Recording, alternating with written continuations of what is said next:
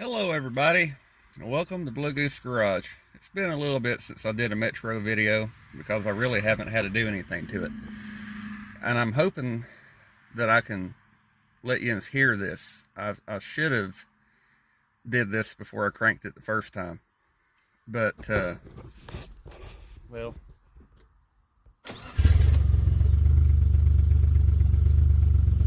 you can't really hear it.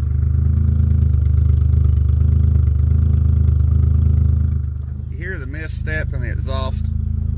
I'm going to do a compression check on my Metro here. Maybe it might help somebody diagnose something.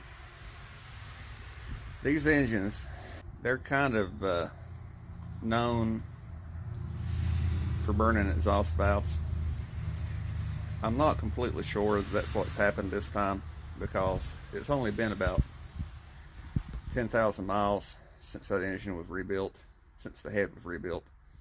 And normally, I know of a few Metros that we've done the same way, and they've ran 200,000-300,000. So, cylinder 1, cylinder 2, and 3. I took the plugs out of all 3 cylinders. I've unhooked the fuel injection fuse and unhooked the distributor. That's 1, 2, and 3. Alright, checking number 1 first. You normally want to hold the gas to the floor and crank it over for 3 or 4 seconds. 1, 2, 3. That cylinder is 95. Alright, now we're checking number 2.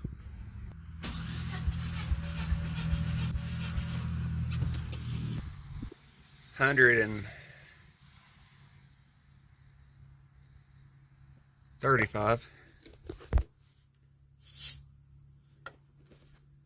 Now we're checking 3.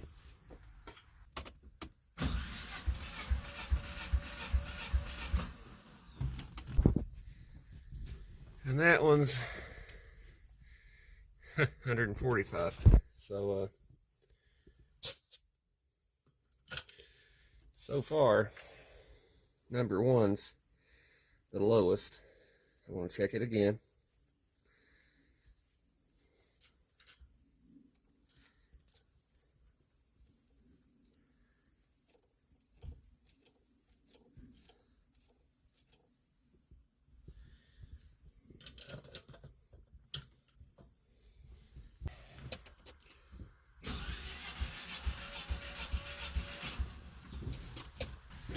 Alright, so number 1's the lowest at 95.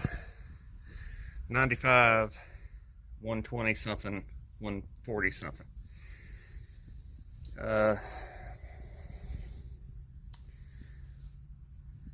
that one's got a weak cylinder, but they're all over the place. About 2 months ago, when I started driving this car, I got to noticing that when I cranked it, when it was cold, that it would skip, it would gallop, whatever you want to call that. It was a sign of a cylinder or 2 that had a weaker compression than 1. It was kind of a ta-ta-ta-ta-ta-ta, if that makes any sense.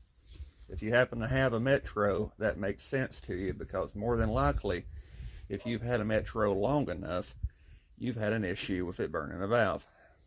Well, this one really shouldn't have done this. That head only has about 10,000 miles on it. And we've done the same thing to 3 or 4 other Metros that I can point at. And they've ran 200,000-300,000 miles after that. I'm not completely sure that it is a valve. It could be a lifter holding the valve open. But I do know at 90, 125, 145. That cylinder's a little weaker than those 2. And that one's weaker than this one.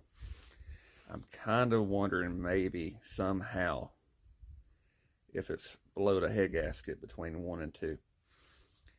Now it shouldn't have done that, but I have overheated that motor. So what I'm going to do is take the valve cover off. Helpful bit of advice: if you get a gasket kit for your valve cover, most of them only come with the gasket that's on the valve cover. Very few of them anymore come with the little rubber O-rings that go around this. So you want to take those off and save them. And you got to kind of lift up on the corner to get them started or whatever. But you do not want to ruin those.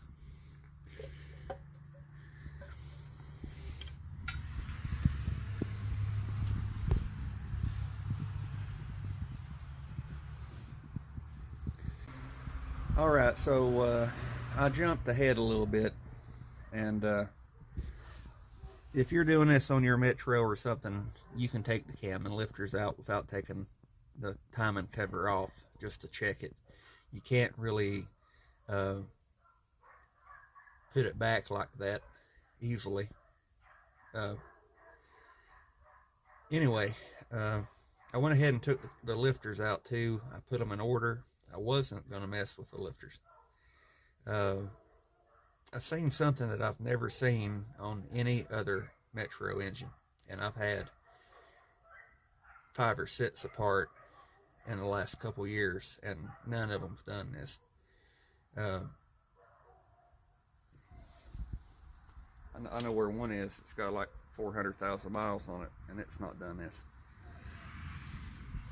These lifters aren't spinning.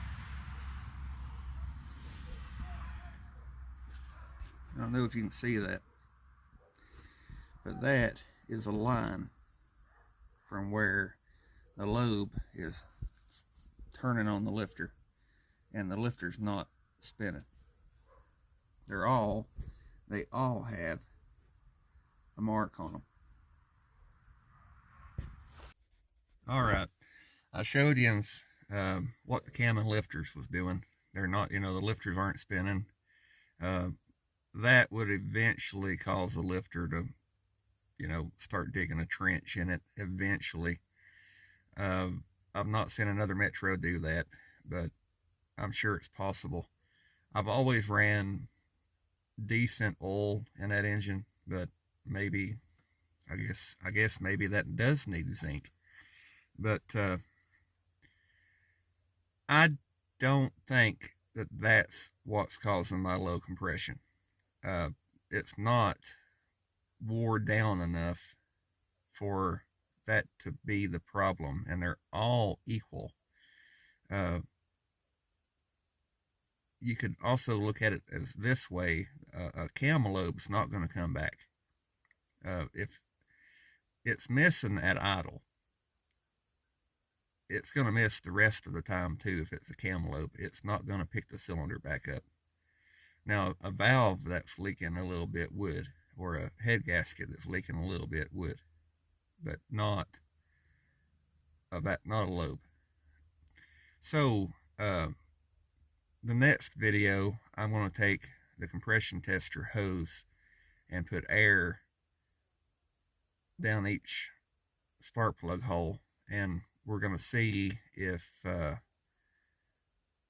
it's blowing out the exhaust intake into another cylinder down into the oil pan. We're going to find out where the air's going. But to be honest, my money's kind of on a weak set of rings, or stuck set of rings, because that engine blows out quite a bit of oil, and it didn't used to.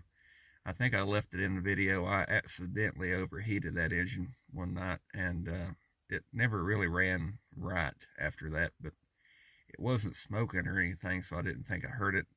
But it has developed this skip since then. So it's, it could be a valve, it could be a head gasket, it could be the rings, but we'll figure it out next time. Thanks for watching. I hope you guys enjoyed the video. Tell me what you think, I guess. See you next time. Bye.